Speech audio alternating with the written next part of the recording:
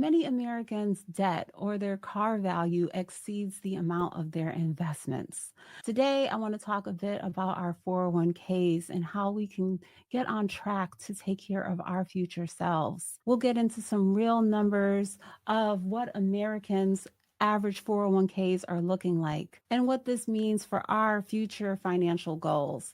So we can take this time to compare our situation to those national averages and see what we can do to make sure that we can get ourselves ahead of the game. And we'll also go over some practical steps to grow your 401k and get yourself on track for that secure financial future that we all want to have. So, what is your current goal of what you want to have invested for retirement? Is it 700,000, 800,000, over a million? Let me know. So, this is an image that I often reference, and it is from Fidelity, and it gives you an idea of how much you should have invested by age.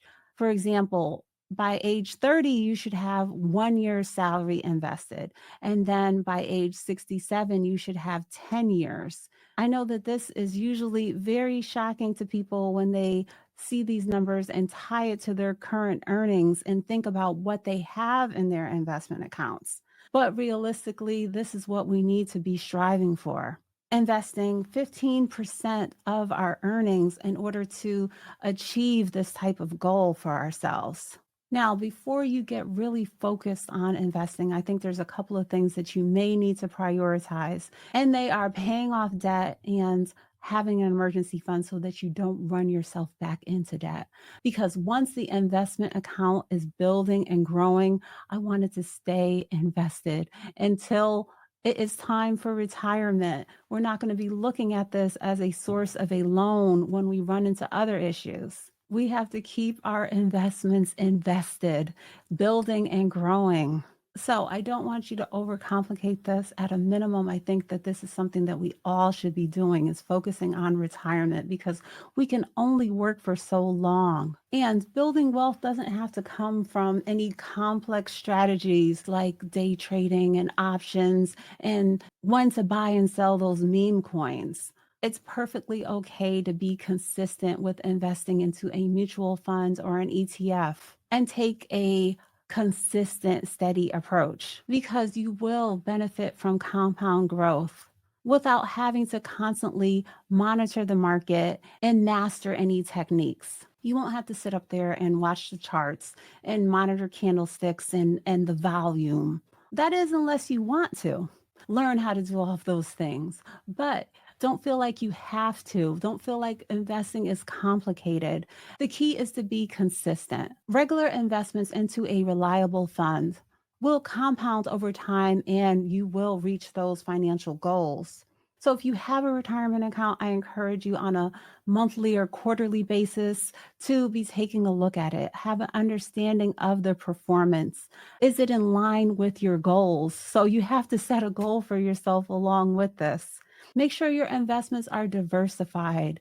Is your portfolio giving you exposure to international, the S&P, even small caps?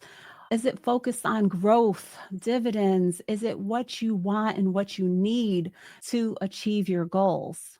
I have a portion of one of my IRAs at Fidelity in FXAIX for quarterly dividends, and year to date, it's up 23.35%. So steady growth.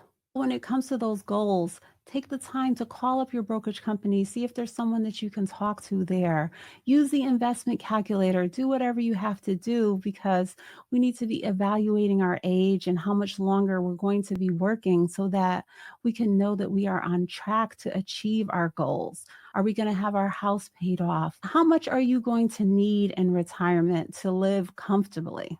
So today's video was inspired by this article that I was looking at that was shared to me about the 401k balances across different generations, the average balance being 127,000 and growing, but many Americans have a long way to go, and we need to stay motivated in order to build the retirement for ourselves that we deserve. So, according to Fidelity, here is where each generation stands when it comes to their 401k. So, Gen Z, those are individuals up to age 27 have about $12,000 invested. Millennials, 62,000, and that's the age range of 28 to 43.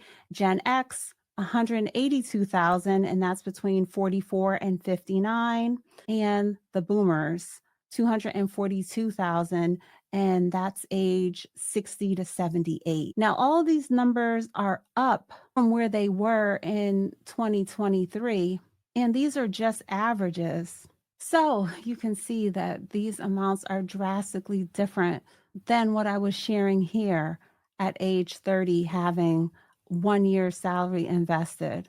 For example, if someone age 45 should have 4 times their salary invested and they make 60,000, they should be at about $240,000 invested. And we see that that's around the investment amount of those in the 60 to nearly 80-year-old range. Many Americans are falling well below being on track with these type of guidelines. I think another thing that we can do is take a look at those older people around us, our grandparents or aunts or uncles, and see how are they managing in retirement so that we can make sure that we are planning and adapting to take care of our older selves.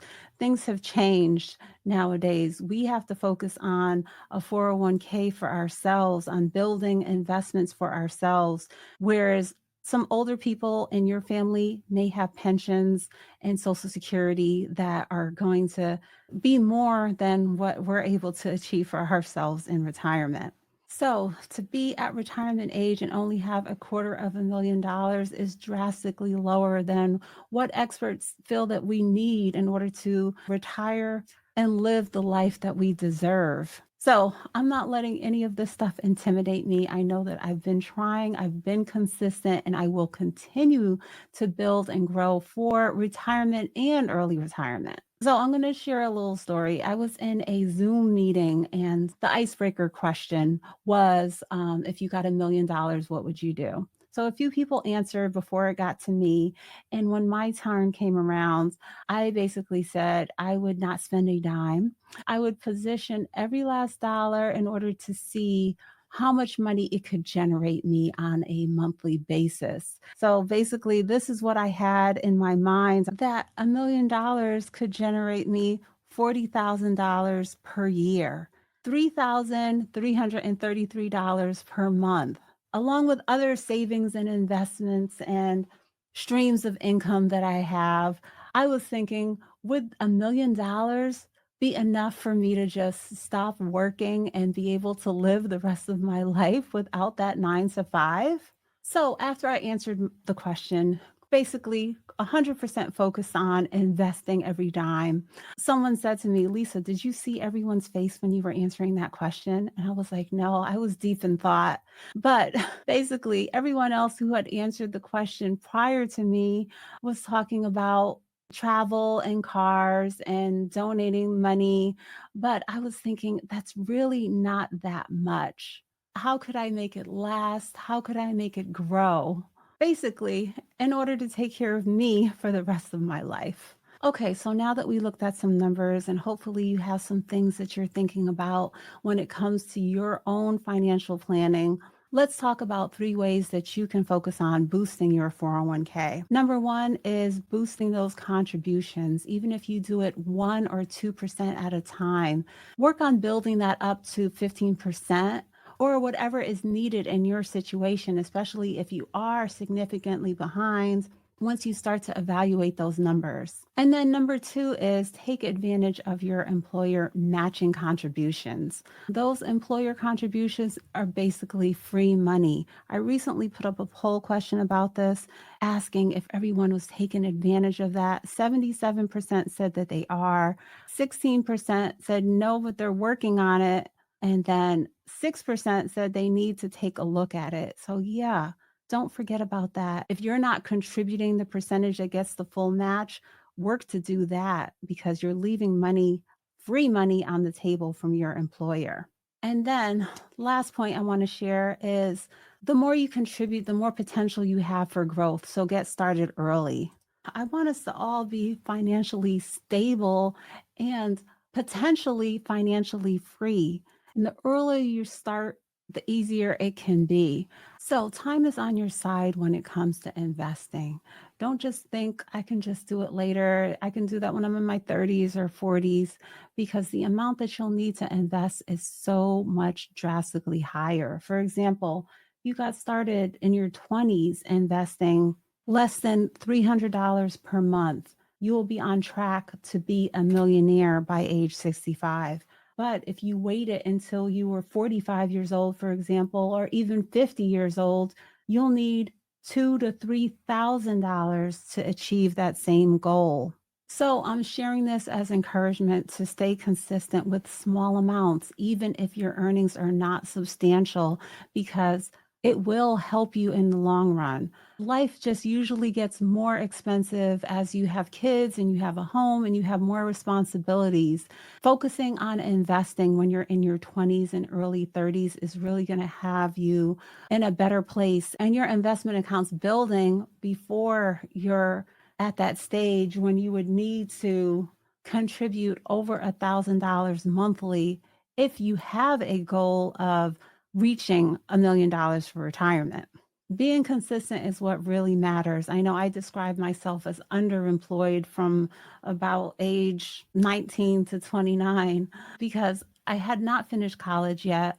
My earnings were not substantial. I had not really gotten started with my career. But even though my earnings weren't what I wanted them to be at that time, I still was contributing a percentage into my investment, into my retirement account. And I'm glad that I did. So, whatever your investment goals are, remember that small, steady, consistent investing is okay no matter what your budget looks like. Make goals for yourself. Pick up the phone, make some time to talk to someone at your brokerage company and get an idea of where you're at. I know personally, I use Fidelity and they are always there for me when I call up and have these type of questions at no cost to me.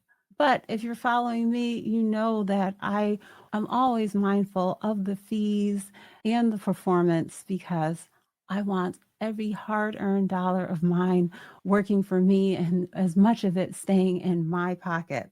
So if you haven't already, make sure to hit that like button, subscribe, and hit that notification bell so that we can continue on this journey together to become financially free. Thanks for watching. Okay, bye.